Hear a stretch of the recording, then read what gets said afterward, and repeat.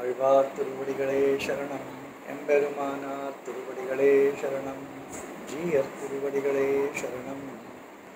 ஸ்ரீசைலேஷதயா பாத்திரம் தீபக்தியாதிகுணார்ணவம் தீந்திரப்ரவணம் வந்தே ரம்யஜாமாதரம் முனிம்.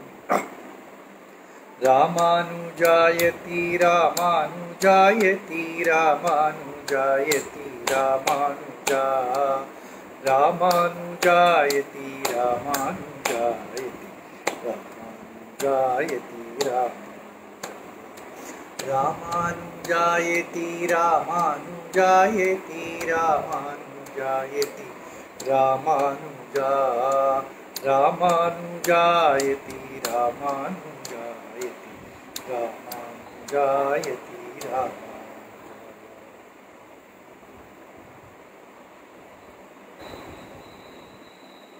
श्रीशैल महाश्रीशैल पूर्ण जो श्री रामानुजाचार्य के मामा थे, मामाश्री थे तिरुपति में, उनके वंशज थे एटूर सुंदर नरसिम्हाचार्य। वे बड़े धनवान भी थे, अपने श्रेष्ठ कुल और धन का घमंड उनको नहीं था। वे वरवर मुनि के चरणों में आश्रित हुए और वरवर मुनि के सिवाय अन्य कुछ नहीं जानते थे। इस प्रकार वो उनका बर्ताव था। उन्होंने जो धन मामुनि जी को समर्पण किया था, उस धन को मामुनि जी ने आழ்வார் तिरुगिरी में गोपुर का कैंकर्य के लिए भेज दिया उस धन को। उसके पश्चात वो कैंकर्य अधूरा रह गया। उसके पश्चात मामुनि के पूर्वाश्रम के पौत्र जीयर नायनार ने उस कैंकर्य को पूरा किया। उस गोपुर को शिखर तक ले जाकर कैंकर्य को पूरा किया। इस प्रकार मामुनि ने पहले सप्त गोत्र की व्यवस्था की थी। कहा था पहले कि ये सप्त गोत्र में ही बेटी को देना या लेना या संबंध जोड़ना सीमित रहना चाहिए, सप्त गोत्र के बाहर नहीं जाना चाहिए, ऐसे मामुनि का आदेश था। क्योंकि बाहर के लोगों में उनका अनुष्ठान आचार विचार ठीक रहेगा या पता नहीं, इसलिए ये सप्त गोत्र की व्यवस्था की थी। अब ये एटूर सुंदर नरसिम्हाचार्य आने के पश्चात, आश्रित होने के पश्चात उन्हें भी इसमें शामिल किया गया, तो अष्टगोत्र की व्यवस्था कर दी गई थी। ये सप्त गोत्र कैसे बनी थी?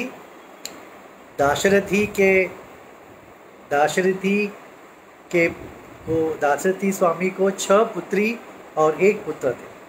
कद्दाड़े अण्णन 1 पुत्र और 6 पुत्री थे। 6 पुत्री को जहाँ ब्याह गया था, उनके 6 गोत्र और वादुल देशिक, अब दाशरथी के 1 गोत्र 7 हो गया। अब ये एटूर सुंदर राम नरसिम्हाचार्य को मिलाकर अष्टगोत्र हो गया। इस प्रकार मामुनि के जब जो शिष्य थे, जो प्रधान शिष्य थे, वे सत्वगुण युक्त, सदाचार अनुष्ठान युक्त, ज्ञान वैराग्य युक्त इस प्रकार थे। तो मामुनि ने अष्टगज आचार्य की परंपरा की स्थापना की। जैसे रामानुजाचार्य ने 74 सिंहासनाधिपति का स्थापना की थी आचार्यत्व करने के लिए, उसी प्रकार वरवर मुनि जी ने भी 8 अष्टदिग्गजों का स्थापना की थी। उसमें से प्रथम तोताद्री जीयर,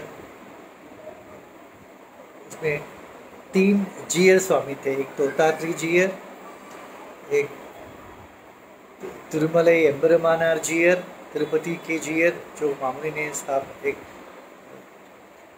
तिरुपति जो नीचे एक मठ है तिरुपति में और ऊपर तिरुमले में एक मठ है। तिरुमले का मठ रामानुजाचार्य ने स्थापना किया था और तिरुपति के मठ को मामुनि ने स्थापना किया, क्योंकि एक जब ऊपर के जो तिरुमले के जो जीयर परमपद प्राप्ति हो जाएंगे तो तुरंत ये तिरुपति के जो जीयर है वो तिरुमले चले जाएंगे, तो कैंकर्य भगवान का कैंकर्य रुकेगा नहीं। तो और तीसरे जीयर थे परवस्तु पट्टर बिरान जीयर, और बाकी सब 5 गृहस्थ थे, कोविल अण्णन, प्रतिवादी भयंकर मन्ना, अपिल्लय अपिल्लार एंड और एरिबियप्पा, इस प्रकार अष्टदिग्गज। तो अनेक शिष्य और भी थे। तो इनकी सेवा इस प्रकार थी। तोताद्री जी जब से मामुनि के चरणों के आश्रित हुए, कहाँ प्रथम शिष्य तो वही थे, आयवातनिरी में ही उन्होंने आश्रय किया था, तब से वे उनकी सभी कैंकर्यों को करते आ रहे थे। और कोविल अण्णन स्वामी जैसे रामानुजाचार्य के लिए दाशरथी थे, उसी प्रकार वरवर मुनि के लिए कोविल अण्णन स्वामी थे, जो अति प्रिय थे उनके। जैसे रामानुजाचार्य को दाशरथी प्रिय थे, उसी प्रकार ये बहुत ही उनको प्रिय थे। एरुबियप्पा स्वामी वो मामुनि को ही सब कुछ मानकर उनका सब कैंकर्य करते थे। जैसे मधुर कवि स्वामी छड़गोप के सिवाय और कुछ जानते नहीं थे, उसी प्रकार एरुबियप्पा भी और कुछ नहीं जानते थे, मामुनि को ही सब कुछ माना था। प्रतिवादी भयंकरम अण्णा जैसे रामानुजाचार्य के जैसे पुरेश थे, उसी प्रकार वरवर मुनि के लिए प्रतिवादी भयंकरम अण्णा प्रतिपक्ष निरसन के लिए उनके साथ थे। अपिल्लय स्वामी मामुनि के आदेश अनुसार 5 तिरुवंदादि 24 प्रबंध है दिव्य प्रबंध में, उसमें से 5 अंत और आदि। एक पासुरम का जो अंत है वही दूसरे पासुरम का आदि बन जाता है, वहाँ से शुरुआत होता है। इस प्रकार 5 अंदादि पासुरम है। पहले 3 आयवार का, फिर भक्तिसार स्वामी का और शतकोप मुनि का, ये 5 अंदादि प्रबंध है। उन पर व्याख्यान किया अपिल्लय स्वामी ने, और यतिराज विंशति पर भी उन्होंने व्याख्यान किया। अपिल्लार स्वामी मठ की सब व्यवस्था देखते थे। मठ के पाकशाला में जो जो कार्य सामान चाहिए वो सब उसके सब प्रबंध।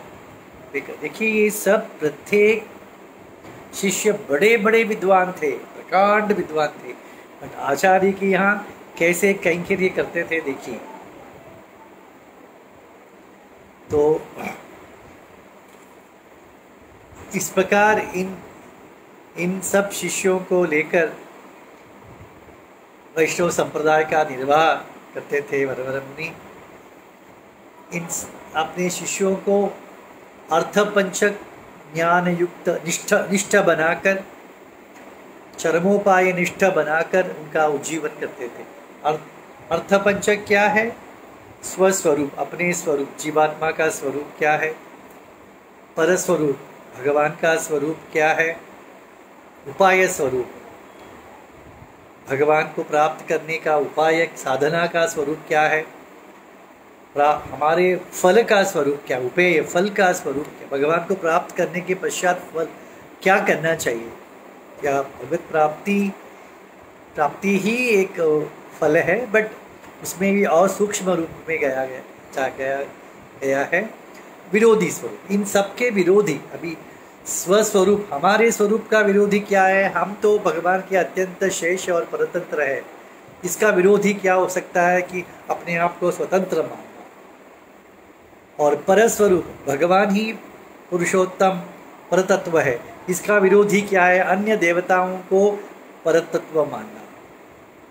उपाय स्वरूप, भगवान ही उपाय है।